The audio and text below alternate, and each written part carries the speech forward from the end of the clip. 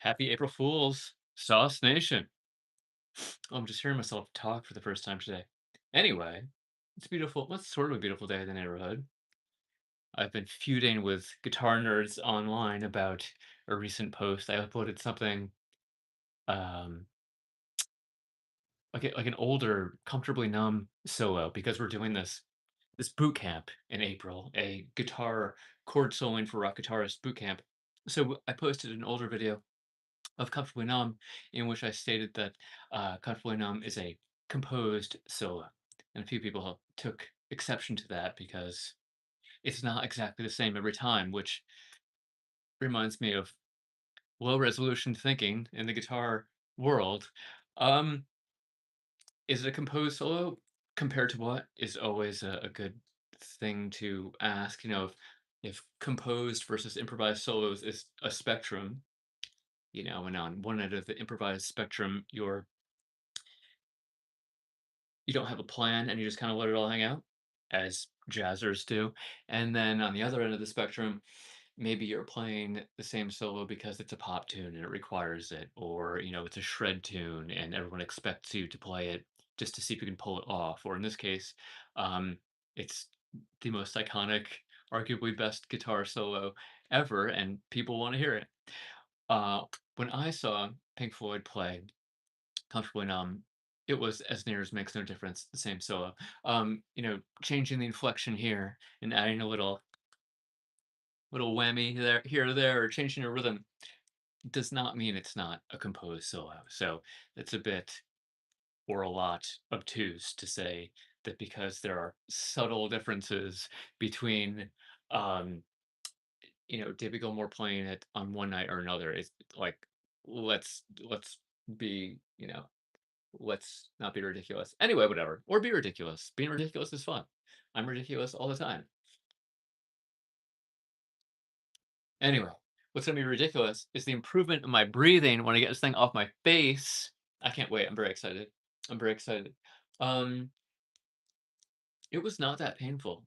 It was not that painful. It's uncomfortable and I can't breathe really, but I thought them like cutting my face up was gonna be really horrible and it just wasn't. So anyway, that's exciting. What else is going on in the guitar world and guitar moid world? It's April Fools. We had some fun with that. Over the years, we posted some things like Buckethead was joining Radiohead. That was a few years ago. Or that Bain Capital bought Guitar Moid for $350 million. That was funny. A student texted me like, "Oh my God, Chris, congratulations! Bain Capital bought Guitar Moid for 350 million. Oh, that's amazing." Anyway, and then today, I posted one that said that Fender and Guitar Moid, uh, we're gonna have a signature model based on the HM Strat. That guitar is upstairs or something right now, but my HM Strat with the buttons, which I would love to do. I would love to have like a custom shop build of the HM Strat. When they redid that guitar, um, when they reissued the HM Strat in like 2018 or something, um, it's not as quality guitar, but it does have a Floyd instead of a Kaler, which a Floyd is better than a Kaler in my opinion. And again, speaking of like people getting all pissed off about Guitar Moid saying that Comfortably Numb is not a composed solo, people get pissed off about, whether or not a Floyd or a Kaler is better. I think the Floyd is better. I've heard that Ibanez Edge tremolo is even better. I'm not sure. I played that before. I just don't really remember. But I'd love to do that. I think my dream for that signature guitar is as we posted today, so that would be really fun. Um, I don't know if anyone is interested in like how to get endorsements, but like anything else, you have to be high enough profile and like high enough value so that using someone else's um equipment makes them look good is basically it. Maybe that's obvious, but like when I got my endorsements with Wagner and GHS strings and I guess you could call it an endorsement with jam pedals. That was my first one, and Mad Hatter guitar effects. It's because I had done a bunch of stuff. So, if you like position yourself in such a way, like you are forward facing with like releasing cool music and doing great gigs and like um and you're consistent with like the promo, um endorsements are not really hard to get. Having a signature model from Fender is one thing, and having, like any kind of um, artist pricing on something else. Those are pretty different ends of the like again the spectrum here. But it's not at all impossible for someone who has a reasonable following to get an endorsement. And the last time I talked to any of these guys about this, what they really want to see is that you're playing live. Like they want to see that you're touring. Like album, cool. Great social media presence, depending on how big it is. That can also be really helpful. Um, but they really want to see that you're like out in the world touring and playing with their stuff. They want people who are out at shows to see you playing their stuff. Um, but it can work any which way. If you have 10 million followers and you're a bedroom guitarist, you will have no problem getting an endorsement from whomever you want. If you're on tour with Rihanna, as my friend Adam Ross was, you will have no problem getting pretty much whatever endorsement you want. I spoke to him recently. I spoke to Adam Ross, who I don't know, it's like very niche or whatever, but in the like Berkeley milieu, National Guitar Workshop, LA kind of shred scene, was whatever held in very high regard. Played with Rihanna for years. His playing is unbelievable. I saw uh, a video of Adam Ross playing with Scott Abramson, who they were like two peas in a pod back then. Um, I think it was at Berkeley or National Guitar Workshop. I can't remember. And they were like 18 and 19, and they were just ripping. It was unbelievable. It's on YouTube. It's like easy to find. And I plugged it into Songster to like have the AI transcribe it. It was not accurate at all, but it's cool to do. So eventually, I'll maybe do that to add that live performance to Songster.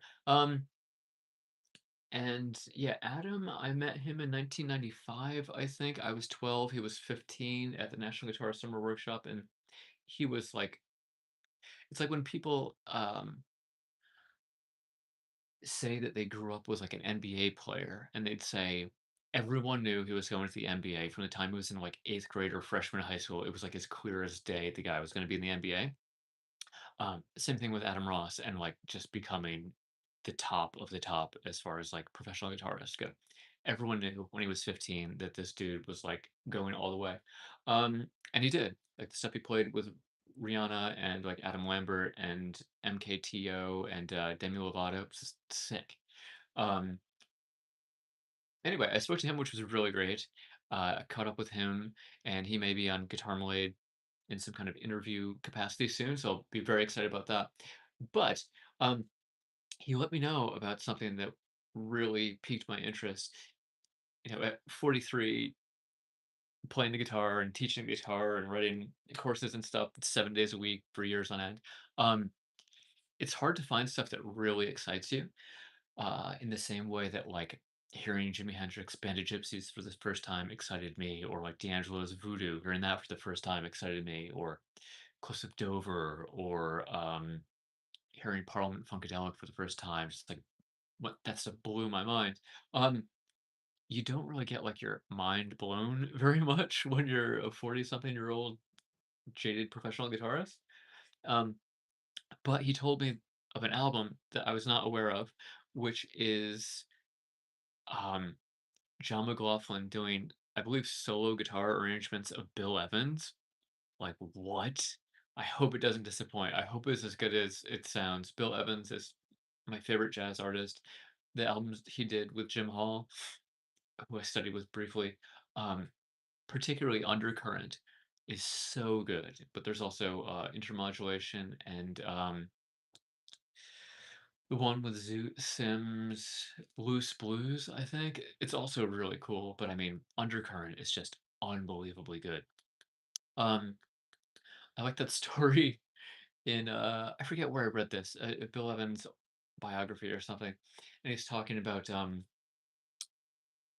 he had this interaction with Miles Davis. Like, you know, Miles, like you got the writing cred on I forget what it was, um, so one of those big songs on the like one of those albums, seminal jazz albums with Miles Davis, and Miles Davis is like, "Pfft," and he writes him a check for $40 that he gives it to him. Like, oh my god, like Miles Davis is getting residuals and writing credit on like one of the best selling, you know, albums, misplaced, you know, songwriting credit on this tune, and he writes Bill Evans a check for $40. Like, what a joke.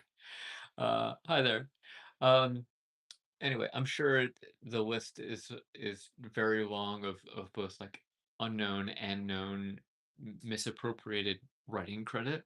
What would be the most famous version of that? I'm not sure, but maybe one of the most some of the most interesting would be